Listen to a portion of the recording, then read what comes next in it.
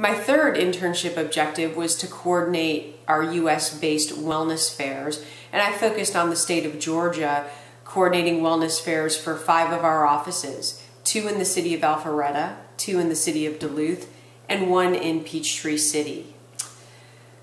The main area that I focused on was adding a preventive health aspect to wellness fairs. In the past, wellness fairs mainly consisted of our healthcare providers, and they would come in and give information about the services they provided to employees. This year, to tie into our wellness launch, we really wanted to build awareness of how employees can modify their behavior to become healthier, as well as tap into various resources to manage any health issues that they have. I decided to go out and recruit organizations that tied back to some of the biggest health risks that we have in the United States, as well as ones that we've seen in our employee population. The organizations that I recruited to join the health fair included the American Cancer Society, the American Diabetes Association, the American Heart Association, and I also brought in a registered dietitian as well as a personal trainer. By adding these organizations to the wellness fair, employees were able to gather information for themselves and family members that could help them change their behaviors and improve their health. I also created flyers to advertise the fair. I assisted in creating a scavenger hunt to encourage employees to actually attend the fair and to stop at each of the booths and gather information. So we had questions that the employees would need to answer based on information provided at each booth. For example, at the registered dietitian booth, one of the questions may be, what is the average serving size of rice? And they would need to answer what that was based on information provided by the registered dietitian. We then coached each of the wellness fair participants to ensure that employees were engaging in conversation with them and not simply checking the answer off the list and walking away.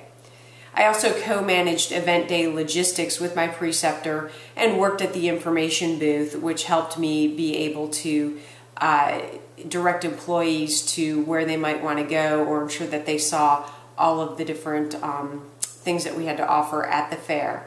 In fact, this next video clip is me talking to one of the employees at the Peachtree City Wellness. Outside, as well as several inside. There's our benefits providers, as well as a chiropractor, registered dietitian, American Cancer Society, and there's a bag where you can gather some information and literature from people. Right now we have a self-defense demonstration going on, so you might be able to catch the tail end of that. And this is a postcard outlining NCR's wellness initiative, and there's a SharePoint site on the back where you can learn more information. Enjoy. Thanks for stopping by.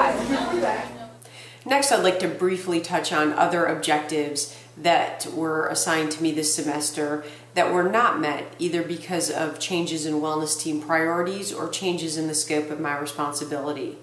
The first one was the support of an employee intranet site on SharePoint, and the reason that I did not focus on this is because the launch of the site did not take place until July and was already established and up and running. So I imagine that I might be able to provide some ongoing support of it in the fall semester.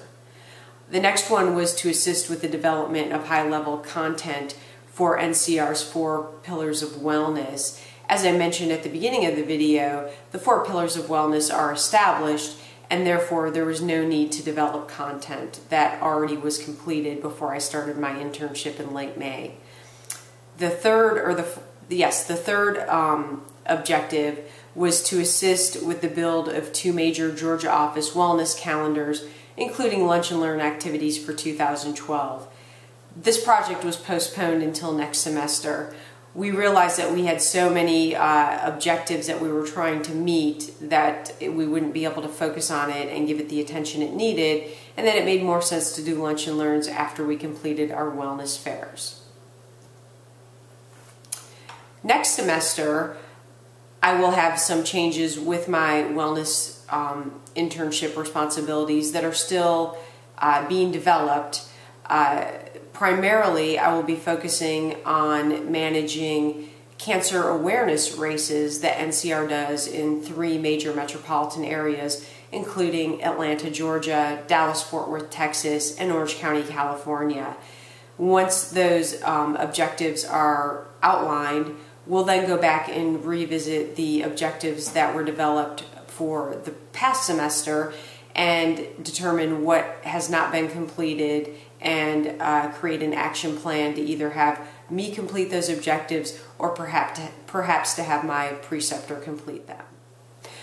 I'd like to summarize my wellness internship experience with NCR by saying that my education at Texas Women's University really helped prepare me to be effective in multiple areas, including understanding the needs of the population. This was especially important because NCR is a global company.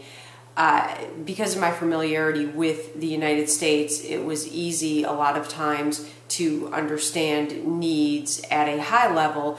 But as I spent time with populations in different offices, even in the Atlanta metropolitan area, I learned that the employee bases would have very different needs and desires related to wellness.